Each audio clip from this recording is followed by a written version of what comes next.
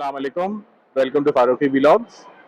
अभी जैसा कि आप देख रहे हैं, मैं ओशन मॉल में मौजूद हूँ और सब्सक्राइबर्स की रिक्वेस्ट पे मैं आज बरेटा के ऑफिशियल आउटलेट पे आया हूँ और विज़िट भी किया है वहाँ पे।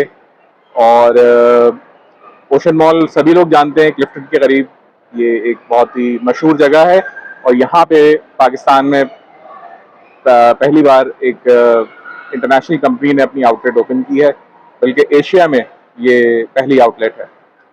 तो फिलहाल मैंने उनके ऑफिशियल से बात करी। माशाल्लाह स्टाफ बहुत अच्छा है, उनका बहुत कोऑपरेटिव स्टाफ है, लेकिन उनकी कुछ लीगल इश्यूज होते हैं, जाहिर है। तो हमें कंसेंट और परमिशंस की ज़रूरत होगी, तो इसके लिए इंशाल्लाह हम एक दो रोज़ में फॉलो अप करेंगे, मीटिंग्स करेंगे और इंशाल्लाह ताला हम ये प्रोग्राम बनाएंगे कि पर एक प्रॉपर वीडियो बनाएं और अपने सब्सक्राइबर से शेयर करें। तो जैसा भी अपडेट होगा इंशाल्लाह ताला हम आपको आगाह करेंगे। चैनल को लाइक सब्सक्राइब कीजिए, बेल आइकन प्रेस कीजिए और दुआओं में ज़रूर याद रखिए। अल्लाह हाफिज़।